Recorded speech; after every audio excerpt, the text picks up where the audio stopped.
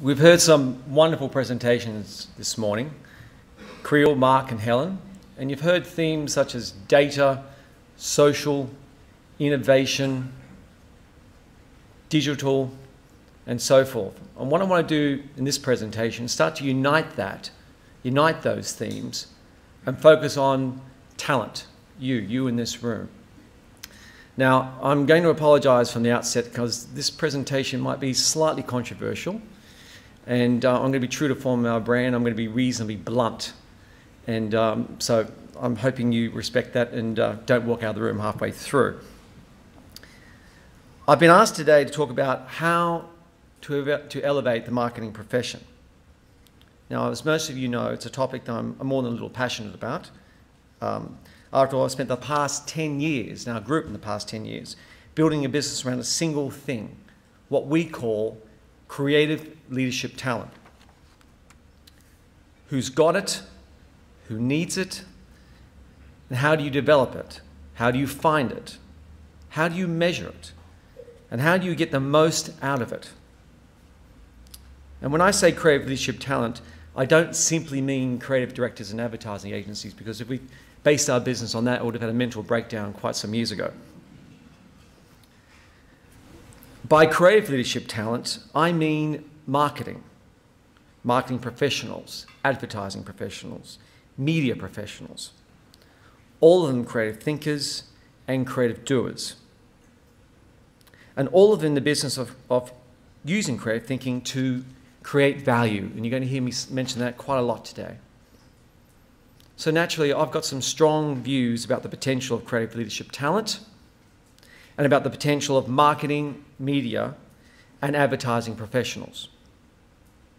So I was thrilled when Ines asked me to give this speech today. But as I started to prepare my remarks, I was struck by something. I've been asked the wrong question. Because before we can talk about how to elevate the marketing profession, we need to focus on why. Why do we need to do this? The world of business has known for years that people in marketing have a greater aptitude for insight, for ideas, for creative problem solving, and for innovation than their peers. Well, some of us do. And yet, if we look at the past 20 years, increasingly marketers are being overlooked for the top jobs. This is particularly the case in Australia and the UK and New Zealand. Traditionally, both in Australia and around the world, CEOs have risen through the ranks of finance and operations, not through marketing and not through creativity. We have to change that too, because tradition isn't going to cut it anymore. And today's earlier presentations, I think, have demonstrated that quite clearly. So what I want to do today is to begin by focusing on what's going on what's changed, and what's going to keep on changing. Why do we need more and more creative leaders to elevate their influence? Why do we need to change the business of business in Australia? And importantly, why will the ability to create value, not just manage it, be the key to all of our futures? And in other words, why must we elevate this marketing profession? And later I'm going to talk a little bit about what it will take, how you can do it. But first, how and why? Why us? Why now? And to answer that, we need to begin with a simple question. What's going on? What's driving the need for creative leadership? Let's look at today's typical CEO. Around 1 in 3 start out in finance. And by the time they make it to the top job, more than 1 in 2 have built a background in finance or banking. This is particularly the case here or the UK. That's more than half of the current CEOs whose formative experiences are in valuation, not value creation. Now, step one rung down the ladder and look at the changing role and background of the CFO. Over 60% of CFOs are internal appointments. The average tenure of a financial professional prior to becoming CFO of their company is almost 12 years. 12 years in one company. And the average tenure once in the CFO's chair is another 5 years. 17 plus years in one firm. So it's no wonder their influence is so amplified in today's debate. And that's a low estimate. That's based on European data. In the United States, the average CFO tenure has been estimated up to 12 years. 12 years just in the CFO chair alone. More tenure, more influence, and that's the bottom line for CFOs. Suzanne Wood is quite a well-known headhunter in the UK, and she specialises in the finance area, said, and I quote, "That doesn't mean CFOs necessarily make great CEOs. The CEO must tolerate ambiguity and intuitive decision-making. It's all about building teams, setting out a vision, demonstrating high energy and confidence. And then there are specific responsibilities in sales and marketing, for example.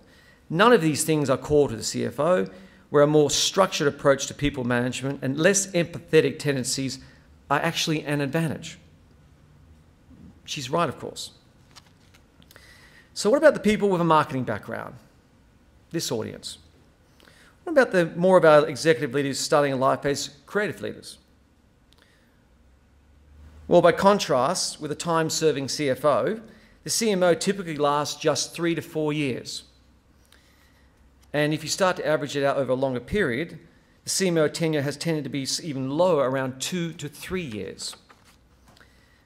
And then there's a research that shows that even when a CMO does make it to the top job, it's almost always at a different company. You have to leave to get the top job. The examples of a CMO becoming the CEO of the same company are all too rare. And then we need to step up high and look at the boards. The percentage of CFOs between the ages of 40 and 49 who also serve on boards as non-executive directors has increased from 29% in 2002 to 42% in 2012. That's a big shift. And it reflects a growing demand for financial expertise on boards. And more than that, there is a really clear pattern happening here. Time and again, steady conservatism and time serving are being favoured over risk and innovation, two of the themes that we've heard repeatedly this morning. Management and finance are being favoured over leadership and creativity. Now, of course, finance matters. That goes without saying. But how has creativity been allowed to become a dirty word? How has marketing, the engine of innovation and value creation, allowed itself to be relegated to second-class status? We, the marketing tribe, what we call the creative tribe, may have to accept some of the blame. Perhaps at times we've allowed our creativity to outweigh our commercial sensitivity. And perhaps we will have to rebalance our efforts in the future. And perhaps we've been too quick to distinguish creative thinking from commercial thinking. Ideas and stories from data and dollars. And perhaps we'll have to adapt our skills and behaviours in order to elevate our profession in the future. And really, forget perhaps, we are going to have to adapt. I'm going to come back to that point, because there's a far bigger issue to talk about here first. And it's this. Even if we have to accept some of the responsibility, we also need to understand there are bigger forces at play. We need to understand the wider cultural context and that we operate in, and the political context we are operating in. We need to broaden our perspective. We need to start by understanding how global governments have been thinking about finance and economics over the past few years. We need to understand the austerity mindset. In 2010, 2 Harvard academics published an explosive report. The report by Carmen Reinhart and Kenneth Rogoff showed conclusively that government debt exceeding 90% of gross domestic product was damaging to economic growth, conclusively. This report immediately provided nourishment to every politician around the world, and much media, wanting to reverse fiscal policies designed to stimulate economies that were still recovering from the global financial crisis and replace this stimulus with austerity. And we know this debate. From the United States to the United Kingdom and even to Australia, via the crisis-ridden economies of Ireland, Italy, Portugal, Spain, Cyprus and Greece. This research has been at the heart of every argument for austerity. And any balanced discussion about the equal merits of investment in infrastructure, ideas and innovation to drive growth have been shut down. And then 2 months ago, something remarkable happened. Thomas Hourigan, a doctoral student at the University of Massachusetts, started finding mistakes in the research behind this report. The most basic of these mistakes was that Reinhardt and Rogoff had failed to include 5 of the 20 countries they'd studied in their Excel calculations. Indeed, countries from A to D, Australia, Canada amongst them, rendering all their numbers meaningless, and indeed the entire premise of their argument false. And you can see that change now starting to occur in the European Union. They realise they've made a massive mistake, and most of their economies have gone back into recession.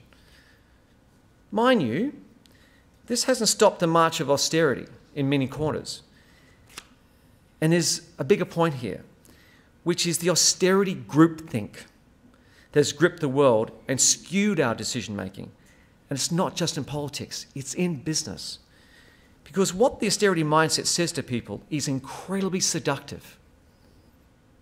You don't have to take risk in order to grow. You don't have to innovate in order to grow. You don't have to create in order to grow. No, no, no. You simply have to cut in order to grow. This is a pattern that's been reflected in our daily business realities. The rise of procurement, strategic procurement even. And really, if we're honest about it, 20 years of continual cost cutting. There is a clear pattern of business undervaluing marketing and creative thinking, austerity thinking, the marginalising of creativity, the rejection of risk, short-term expediency over long-term leadership. And again, this perverse belief that you simply have to cut in order to grow. An Ernst & Young report in 2010, 2 years after the GFC, found that 61% of the CFOs believed the standing of finance had improved over the preceding 3 years. And in the same survey, 65% of them identified cost management as their #1 priority compared to 3 years earlier. That's right.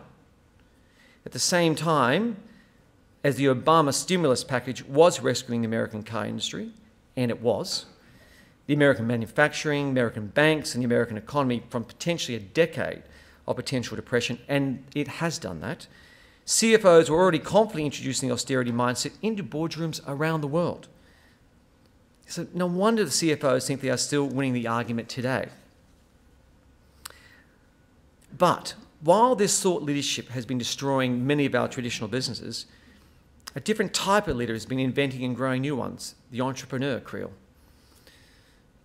The entrepreneur thinks differently, and while, of course, the entrepreneur is not a new one, the world needs entrepreneurial ideas today, more than ever. From the outset, the entrepreneur is driven by an idea, by an insight, and by a commitment to disruption and risk. Branson the Jobs, and here in this country, Dick Smith to Aussie John, you can see how this founder spirit never leaves the entrepreneur. And it's not just the spirit, it's the impact on the bottom line too. Because founder-led companies do better.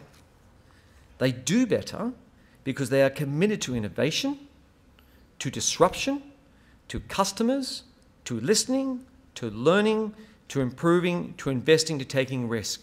So many of the marketing fundamentals. They do better because they fight for change, not against it. And they do better because they combine creativity and commercial reality in every decision they make. Founder-led companies are built on where to play, how to win strategies. And they usually command a founder premium when they float on the markets. You know, you look at Yahoo recently buying Tumblr for $1 billion. So where does that leave us? In a world where a few can-do entrepreneurial leaders are the exception to the rule of a majority of austerity managers who won't even try, or in a world where most of our businesses are run by people who could never start a business themselves, no chance. Because the world is changing and the new realities will be totally unforgiving for those unwilling to embrace creative leadership. At Hourigan International, we spent the last year talking to leaders across 14 different categories of business, and we've identified 10 connected forces we believe are going to change the game for business, driving the need for what we call creative leadership talent. We call them the drivers of change, and you can see them everywhere you look. A digital revolution is transforming every corner of our world, connecting people, powering productivity, enabling lives, and creating data. Because hand in hand with the digital revolution is the data explosion, which means we know more, but we can be also overwhelmed more, as to Mark's point earlier this morning. This combination of digital revolution and data explosion is giving way to new realities for business, empower consumers, connected communities, new business models, and disruptive ideas. The only way to win this new world is innovation. And we know this line, you innovate or you die. And today's successful leaders are the ones that see an explosion of creative possibility and make a commitment to drive the data. But it's hard because you can't just innovate based on the new possibilities of digital, armed with the security of data. You also need to embrace a new sense of value. Because today's hyper-connected, socially aware consumer expect more from brands, which means you need to create shared value, not just shareholder value. And value takes many forms. Increasingly in a world of commoditized products and services, the experience is often the only way to differentiate your brand and your offerings. Meanwhile, so much noise and clutter to break through, even brands have mastered the opportunities of digital and data, developing innovative new products and services that create shared value and are delivered through a world-class experience, can still stumble over the challenge of engagement. One of the biggest barriers is an old world attitude to risk. It just doesn't cut it in a world that is now more and more controlled by the empowered consumer.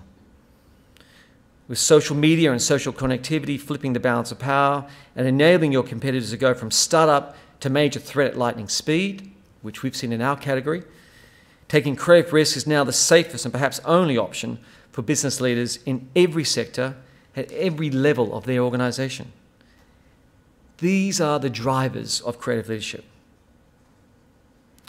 And just look at some examples. The evolution of the entertainment media landscape is a category that we know very well in our business. Netflix used to mail its members DVDs. Now it's making multi-million-dollar TV shows, Kevin Spacey's House of Cards. And now they're saying the goal is to become HBO faster than HBO can become us. Well, look at Rovio. One minute they were selling 99-cent downloads of Angry Birds.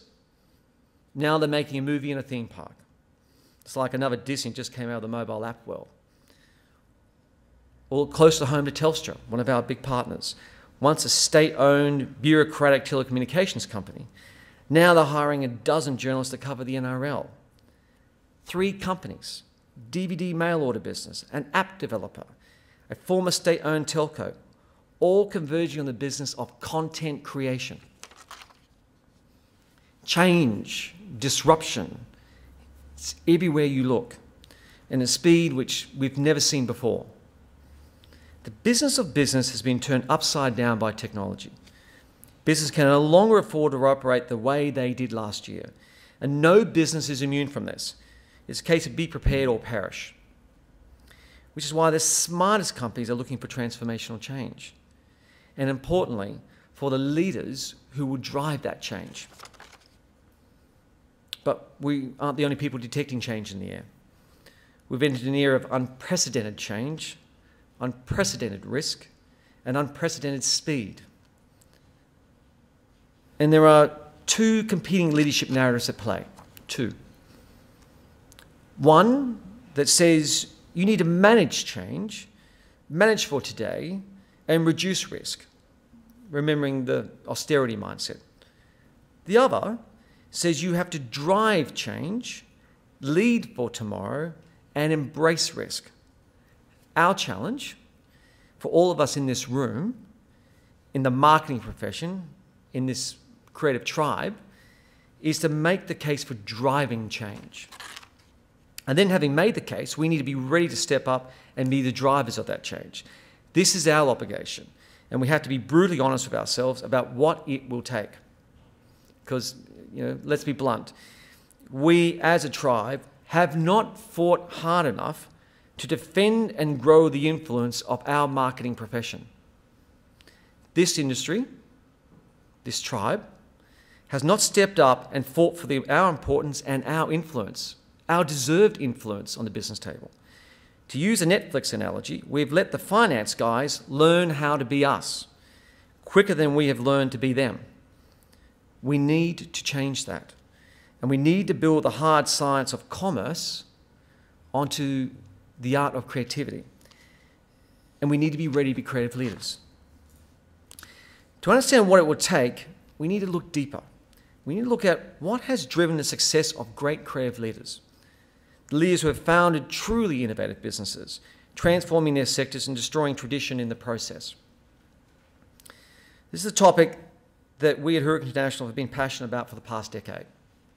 And it's something we've invested considerable time and research into, in particular over the past 12 months, trying to define the exact leadership traits we believe will enable leaders to master the drivers of change that will define this new era of business that we're in. We've identified the behavioral makeup of the creative leader. And we have found it's a fine balance between two distinct archetypes. For lack of better terms, the artist and the general. All the core traditional traits of leadership, but in balance with a whole range of more creative and imaginative traits. This means intelligence and intuition, commerce and creativity, control and collaboration, stability and change. So in facing the challenges of speed, data and risk, we all have to be generals, focused, courageous, decisive. And in facing the challenges of innovation, engagement and changing consumer values, you'll have to be artist, imaginative, and visionary storytellers. And the true creative leaders will combine both these mindsets to create a third set of critical traits. So creative leadership is about vision, with an eye on the future and the present, a passion for ideas and a commitment to action. Another thing that marks our creative leadership is holistic thinking, balancing rational thought with emotional intelligence. One of the characteristics of creative leadership is how intuitive it appears, making bold leaps without seeing all the data.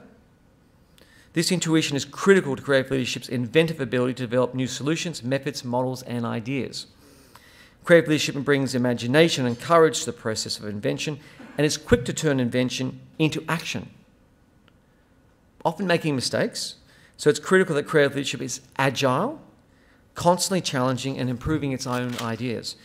This agility is supported by the great judgment we've observed in creative leadership, an ability to combine its comfort with data and market intelligence with its strong instincts. And of course, even bad ideas have a chance of success under creative leadership, as typically possesses the gift of inspiration, compelling people to come on the journey through the power of both personal convictions and storytelling. In fact, collaborating with people, including and empowering them, is another trademark of creative leadership. Essential to that commitment to people is a belief in seeing every decision through the eyes of all of their communities. These balanced traits of creative leadership are required to handle the drivers of change that are transforming business. understanding, embracing, and developing this balance will be the key to our profession. The key to putting our collaborative profession, our tribe, where it belongs.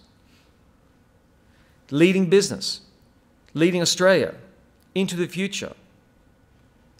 And we can look at some of the examples, the great examples, from Bezos to Branson, from Jobs to Jay-Z, Coco Chanel to Tom Ford, and on these shores, Dick Smith, Aussie John, Thody, Borghetti. There are many out there.